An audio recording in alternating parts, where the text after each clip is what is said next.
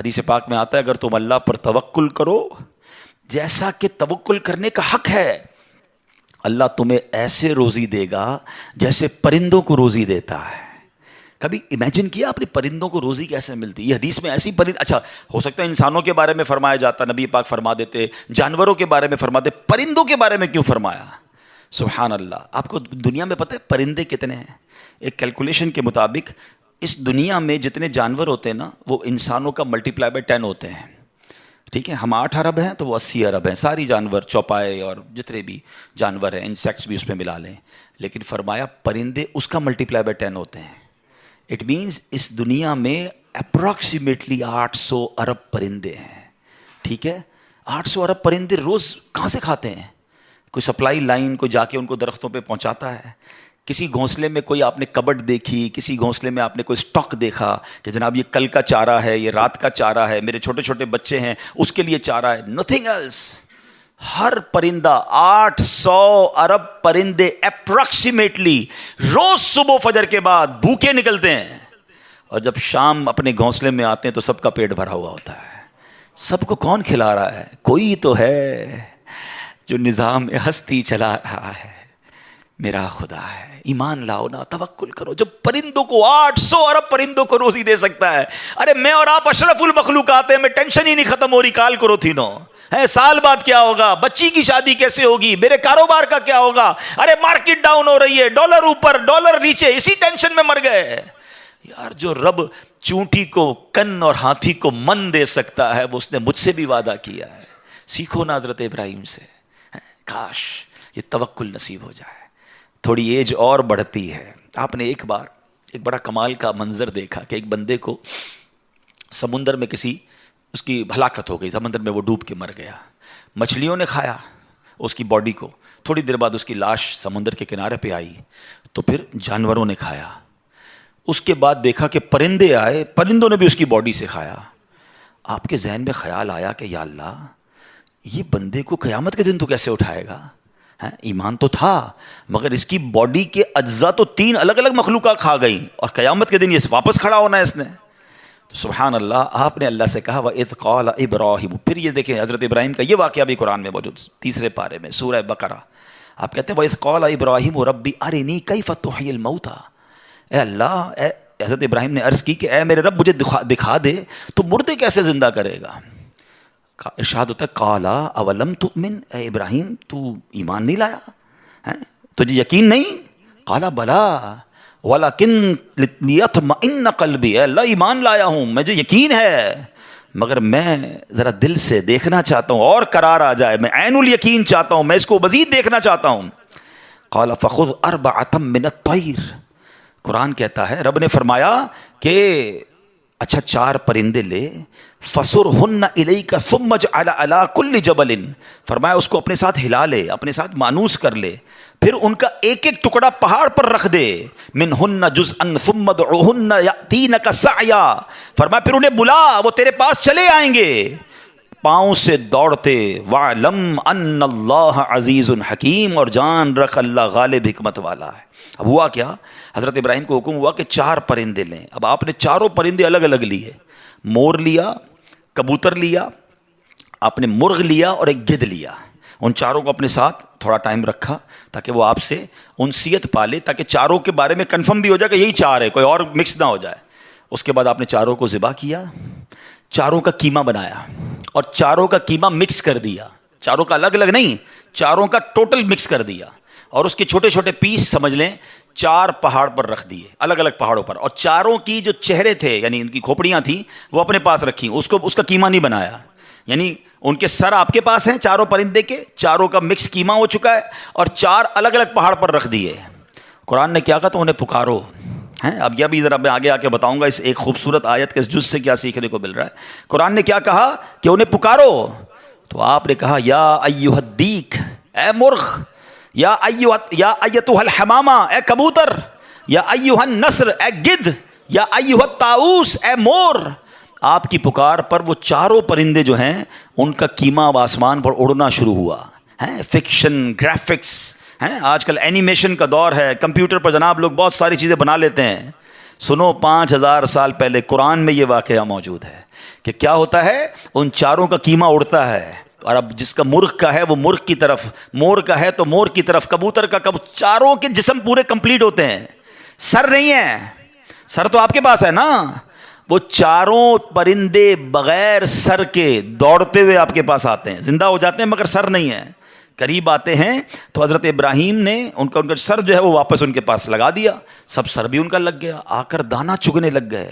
حضرت ابراہیم نے اپنی آنکھوں سے مردوں کو زندہ ہونے کا واقعہ دیکھا اور آپ کے دل کو اطمینان اور قرار آیا، یہ میرا رب یہ ہے۔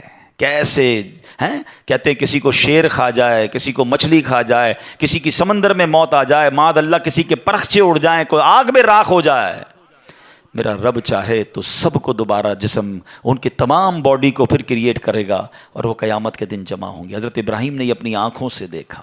حضرت ابراہیم علیہ السلام کے اس واقعے سے کیا سیکھنے کو ملا؟ پہلی بات، میرے رب کی قدرت کیسی ہے، ان اللہ علی کل شیء قدیر، ٹھیک ہے۔ دوسری بات، علماء کہتے ہیں صوفیانہ تفسیر اس کی لکھی گئی کہ 4 پرندے کیوں لیے گئے، کبوتر، مور، گدھ اور چوتھا مرغ۔ فرمایا ان چاروں کی نا ایک بری خصلت ہے، مرغ ہے اس کے اندر شہوت بہت ہے، جو کبوتر ہے اس کو اپنی اڑان پر بڑا ناز ہے، بڑا تکبر ہے، بہت اونچا اڑتا ہے۔ فرمایا گدھ جو ہے اس کا کیا پرابلم ہے، گدھ کے بارے میں فرمایا کہ وہ لالچی بہت ہے۔ اچھا، پھر اس کے بعد ایک اور پرندہ ہے مور، اس کو اپنی خوبصورتی پر بڑا ناز ہے، وہ خوبصورتی کی وجہ سے بڑا پراؤڈ فیل کرتا ہے۔ تو فرمایا یہ 4 بری عادتیں ہیں، اس کو ذبح کر کے یہ پیغام دیا گیا کہ اگر تم بھی اپنی اونچی اڑان، اپنے اونچے مرتبوں، اپنے اونچے مقام کا تکبر چھوڑ دو، اپنی خوبصورتی پر گھمنڈ کرنا چھوڑ دو، ہوس اور شہوت کے بعد اپنے آپ کو بچا لو، لالچ کر کے دنیا کے بال کے پیچھے بیڑا غرق اپنا نہ کرو، اگر ان عادتوں کو ذبح کر دو تو اللہ آج بھی تمہارے دل کو زندہ فرما دے گا۔ ان کو زندہ کیا نا، فرمایا ان عادتوں کو ختم کرو، رب تمہارے دل کو زندہ فرمائے گا اور اس میں نور داخل فرما دے گا۔ اور علماء نے اس کی صوفیانہ تفسیر یہ لکھی۔ اور اب ایک اور عقیدے کی بات بھی، کنفیوژن پھیلانے والے بہت کنفیوژن پھیلاتے ہیں، میں تو قرآن سے آج آپ سے بات کر رہا ہوں نا۔ اللہ نے کیا کہا کہ انہیں پکارو، وہ تو دنیا میں نہیں تھے، پرندے مر چکے تھے، کیما بن چکا ہے، کیما بنے ہوئے پرندوں کو رب کہہ رہا ہے پکارو۔ حضرت ابراہیم نے کیسے پکارا، یا ایھا الدیک، یا ایتھا الحمامہ، آپ کبوتر کو پکار رہے ہیں، آپ گدھ کو پکار رہے ہیں، قرآن کہہ رہا ہے پکارو اور نبی پکار رہے ہیں۔ آج کسی کو نہ جانے یا رسول اللہ سے پرابلم ہو جاتی ہے، کسی کو یا غوث پاک سے یا پرندوں کو پکار رہے، قرآن کہہ رہا ہے، تو اس کا مطلب دنیا سے اگر کوئی چلا بھی جائے تو اس کو پکارنے میں کوئی خدا نہ خواستہ پرابلم نہیں ہے۔ اللہ سمجھ کے تھوڑی پکارتا ہے کوئی، اللہ کے بندے سمجھ کر ہی پکار رہے ہیں نا، اللہ کی مخلوق سمجھ کر پکار رہے ہیں۔ آج آپ کے لیے چاند رات کے وظیفے کے ساتھ حاضر ہوا ہوں۔ یاد رہے کہ چاند رات کو آسمانوں میں لیلۃ الجائزہ کے نام سے پکارا جاتا ہے، یعنی انعام کی رات۔ لیکن افسوس کہ اس مبارک رات کو اکثر لوگ بازاروں میں ضائع کر دیتے ہیں، عید کی خریداری میں ضائع کر دیتے ہیں، حالانکہ یہ وقت مزدوری لینے کا وقت ہوتا ہے۔ پورا رمضان انسان روزے رکھتا ہے، بھوک پیاس برداشت کرتا ہے، اور اس رات میں اللہ تعالیٰ اپنے بندوں کو روزوں کی جزا عطا فرماتا ہے، لیکن بندے اس رات کو غفلت میں ضائع کر دیتے ہیں۔ اس رات کی کیا فضیلت ہے، احادیث نبویہ صلی اللہ علیہ وسلم کی روشنی میں آپ کو بتاؤں گا، اور ساتھ میں اس رات کے لیے ایک وظیفہ بھی آپ کے لیے پیش کروں گا۔ اس رات میں اس وظیفے کو لازمی کریں اور اللہ تعالیٰ سے اپنی حاجات کو پورا کروائیں، اپنے مقاصد کو اللہ کی ذات سے پورا کروائیں۔ یہ رات بہت ہی مبارک رات ہے، آپ کی دعائیں اس رات میں انشاءاللہ ضرور قبول ہوں گی، لیکن اس وظیفے کو آپ نے مس نہیں کرنا۔ یہ وظیفہ آپ نے کیسے کرنا ہے، مکمل طریقہ بھی آپ کو بتاؤں گا، لیکن ویڈیو کو اسکپ مت کیجیے گا اور آخر تک دیکھیے گا۔ ویڈیو میں آگے بڑھنے سے پہلے آپ سے گزارش ہے کہ اگر آپ نے ہمارے چینل کو سبسکرائب نہیں کیا تو ابھی ہمارے چینل کو سبسکرائب کریں اور ویڈیو کو لائک اور شیئر بھی ضرور کیجیے گا۔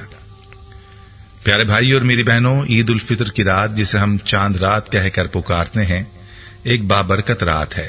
چاند رات دراصل انعام والی اور اجرت والی رات ہے، پورے مہینے کی محنتوں کا بدلہ اسی رات میں ملتا ہے۔ یہ رات خصوصی برکتوں، رحمتوں، بخشش و مغفرت اور نہایت فضیلت والی رات ہے۔ اس رات میں اللہ تعالیٰ اس ماہ مبارک کی تمام راتوں سے زیادہ سخی اور فیاض ہو کر اپنے بندوں کی مغفرت فرماتے ہیں۔ لیکن افسوس کہ ہمارے جوان اس رات کو لغویات میں اور بازاروں میں گزار دیتے ہیں، اس رات کو عید کی خوشی میں ضائع کر دیتے ہیں اور اپنے آپ کو بہت بڑی خیر سے محروم رکھ لیتے ہیں۔ خدارا اپنے ساتھ یہ ظلم نہ کریں، پورا مہینہ روزہ رکھنے کے بعد یہ اللہ تعالیٰ سے اجرت لینے کا وقت ہوتا ہے، اور ہم بجائے مساجد میں اور اللہ تعالیٰ کے سامنے سر بسجود ہونے کے بازاروں کا رخ کرنے لگتے ہیں۔ اس رات کی کیا برکات ہیں اور کیا فضائل ہیں، اس حوالے سے چند روایات ملاحظہ فرمائیے، پھر آپ کو اس رات کا وظیفہ بتاتا ہوں۔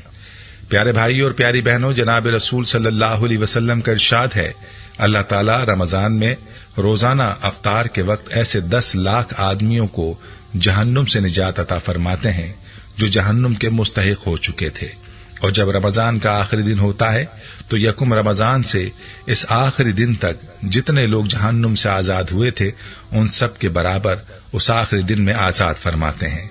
بروایت صحیح ابن حبان۔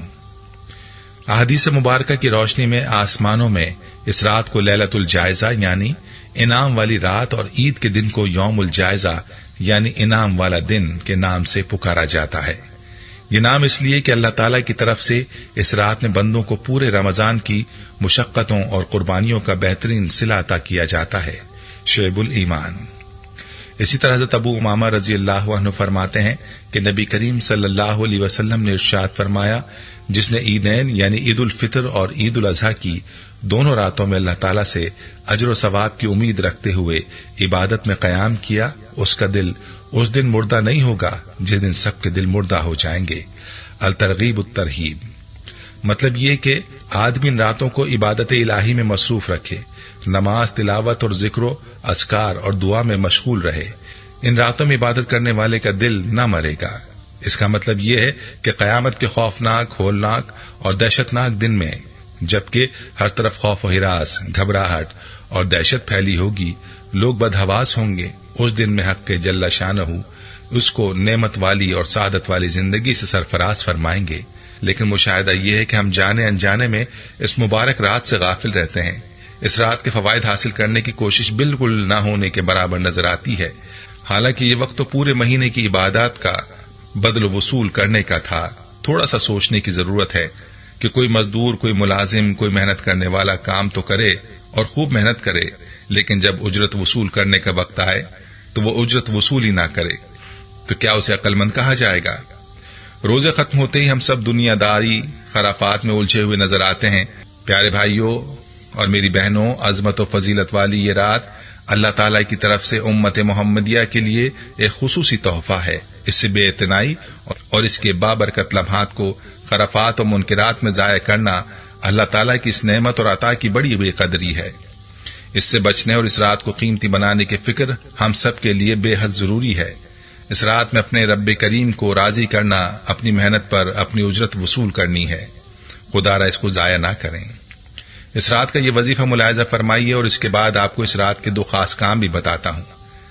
آپ نے اول و آخر درود پاک کے ساتھ اللہ رب العزت کا اسم مبارک یا ارحم الراحمین 313 مرتبہ پڑھنا ہے، اور اس کے بعد اللہ تعالیٰ سے اپنی حاجت، اپنی مراد اور اپنے مقصد کے لیے دعا مانگ لینی ہے۔ انشاءاللہ ہر جائز حاجت اور مراد پوری ہوگی۔ روایات میں آتا ہے کہ جب بندہ اللہ تعالیٰ کو یا ارحم الراحمین کہہ کر پکارتا ہے تو ایک فرشتہ کہتا ہے، بول کیا مانگنا ہے، ارحم الراحمین تیری طرف متوجہ ہے۔ اب خود ہی سوچ لیجئے کہ اس وظیفے کی برکات کیا ہوں گی۔ لیلۃ الجائزہ میں اس وظیفے کو ضرور کریں اور ویڈیو کو اپنے پیاروں کے ساتھ بھی شیئر کریں۔ چلیے اب آپ کو اس رات کے 2 کام بتاتا ہوں جو آپ نے ضرور کرنے ہیں۔ ایک تو اس رات کو فضولیات و منکرات سے پاک رکھنا ہے، دوسرا جتنا ممکن ہو اپنے آپ کو اس رات میں بھی عبادت میں مشغول رکھنا ہے۔